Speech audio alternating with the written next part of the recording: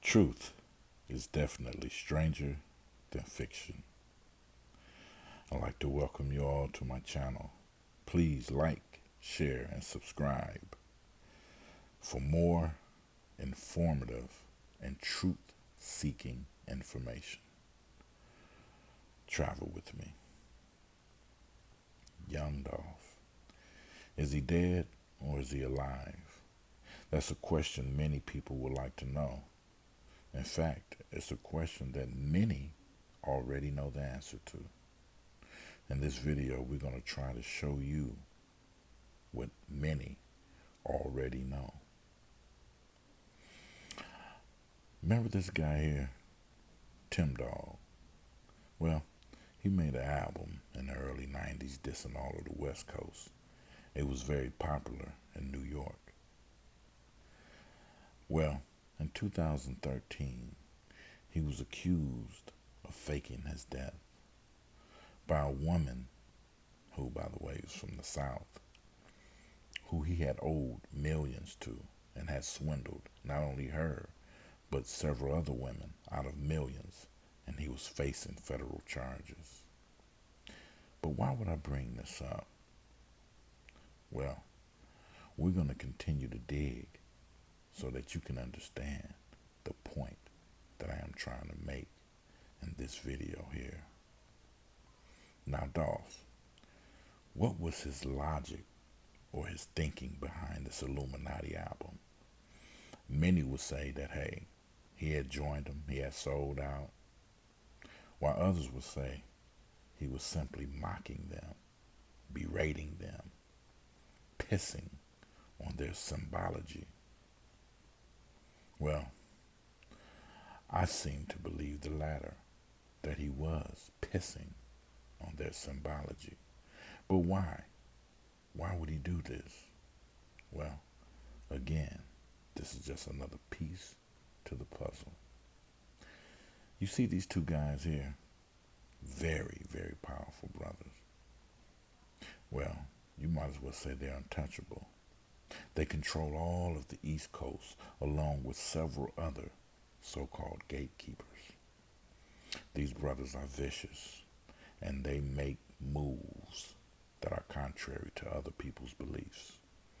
This brother here, he would have been where Puff and Jay-Z are now, except he was snaked. You have to go and dig and see that one for yourself.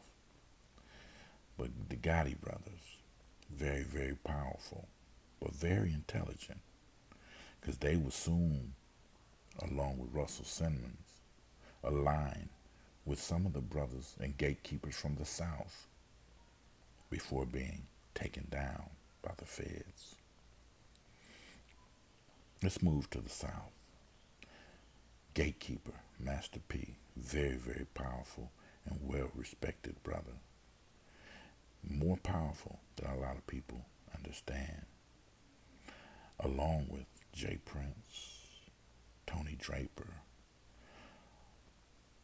and yes, again, these brothers are very, very powerful, and there are many and many others that are in the shadows or behind the scenes. But these brothers here are the very, very, very powerful ones. That's very well known and respected. But let's get back to Jay Prince, who literally carried the South on his back and established himself as a major, major boss, from not just from the South, but all around the world. Now, symbology. Why am I adding this to this video? Because it's going to help you separate those from the real and the fake. Rap had been infiltrated years ago, and symbology was used to mark who was down and who wasn't. The industry is not the same as it used to be. It's very demonic.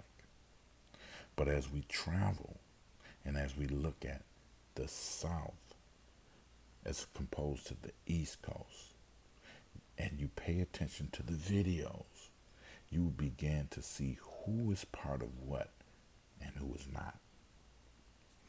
Many years ago, the South was speaking out against homosexuality and some of the things that were going on within the rap industry. And some of those brothers are no longer in the industry. And some of those brothers are dead and gone.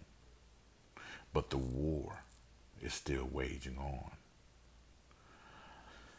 This brother right here, Tupac, now he was a Freemason, very powerful and well respected. But something went wrong. Pac was being silenced.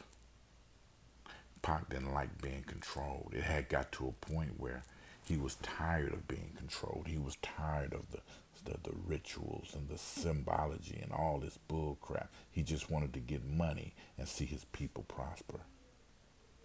But he also knew that it would cost him his life.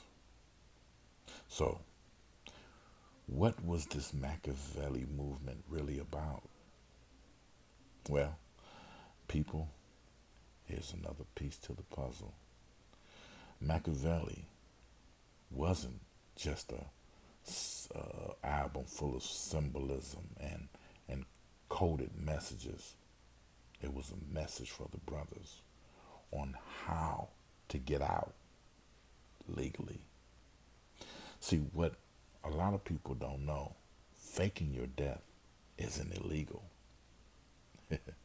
In fact, you can do it and be walking around the next day. It's just that you can't do it without money. It takes money to start a new identity, start a new life. And many of these rappers know that. See, Dolph was one of those. Dolph understood that, hey, once I get my money right, I can do whatever I want. He had got that game from Tupac. See, this, again, is where my brother Jay Prince comes into play. He's a gatekeeper, and he takes care of his people. He invested in 2 huge, beautiful islands. And guess what? There's no deportation restrictions. So, if you go to his island and you want to get away, you want to start a new life, you can go there and chill. Now, many people say, well, man, he's just investing. It's much bigger than that, my people. It's much, much bigger than that. I look at the signs of everything that's going on, and I see it's very, very truthful. We look at this right now, and we see that faking one death isn't inherently a crime. It only becomes a crime when you're trying to avoid something and you're found to have done this. See, it's not against the law to fake your death, but with the right amount of money, you can survive it and start a new life totally free. So people, this is just part 1. Please like, share, and subscribe for part 2. Peace, my brothers and my sisters.